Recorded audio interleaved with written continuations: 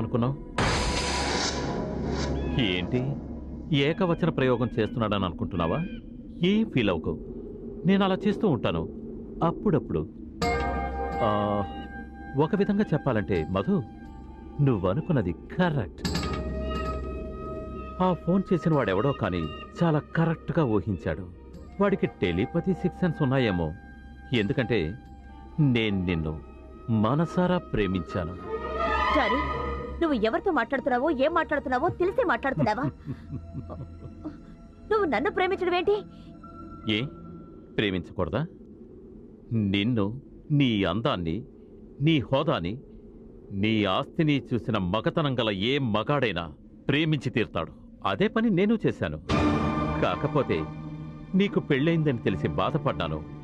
తర్వాత నీ పరిస్థితి చూసి జాలిపడ్డాను. నీకు చేతనైన సాయం చేయాలనుకుంటున్నాను. మిస్టర్ జానీ, నీలాంటి వాడి జాలి కోసం అరును చాసే స్థితిలో నేను లేను. నీ మీద నాకు ఆపదలో ఆదుకున్నావన్న ఒకే ఒక్క గౌరవం తప్ప మరే అభిప్రాయం లేదు.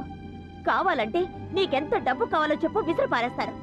అంతేగాని ఇలా ప్రేమ దోమ అంటూ పిచ్చి పిచ్చి ఆశలు మాత్రం పెట్టుకోకు. హలో మధు, నువ్వు కావాలి, నీ అందం కావాలి, నీ ఆస్తి కావాలి. అయినా నువ్వెంత గించుకున్నా నా పిడికిట్లోంచి తప్పించుకోలేవు. ఒకవేళ నువ్వు కాదు కూడదు అన్నావంటే నేనిప్పుడే ఇట్నుంచే పోలీస్ స్టేషన్కెళ్ళి నీలాంటి నీతులు చూసి బెంబేలెత్తిపోయే రకం కాదురా ఈ మధుమతి. రే, నీకో విషయం వివరంగా చెప్పరా?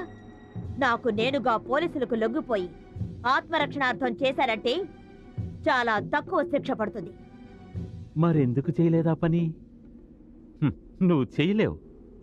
ఎందుకంటే నువ్వు కోర్టులు కేసులను తిరుగుతూ ఉంటే నిన్ను ప్రాణానికి ప్రాణంగా ప్రేమించి ప్రమాదవశాత్తు జీవత్సంలా పడి ఉన్న నీ భర్త అనాథైపోతాడు. రే, ధర్మాన్ని తప్పాలనుకుంటే నాకొక్క క్షణం చాలు.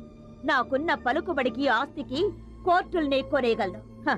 కుదర్ని పక్షంలో జీవితాంతం జైల్లోనైనా కూర్చుంటారు గాని నీలాంటి నీచుడు దరి చేరను.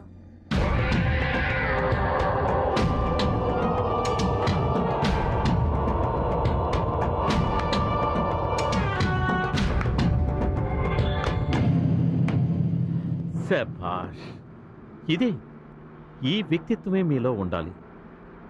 మిమ్మల్ని నమ్ముకొని ఎంతమంది బతుకుతున్నారో మీకు తెలుసు. వ్యాపారంలో మిమ్మల్ని ఎంతమంది ఎన్ని విధాల దెబ్బతీయాలని చూస్తున్నారో మీకు తెలీదు.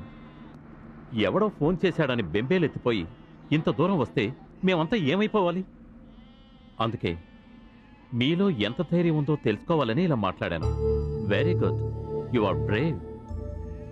మీరేం భయపడకండి మేడం, మీ వెనక నేనున్నాను, ఉంటాను కూడా.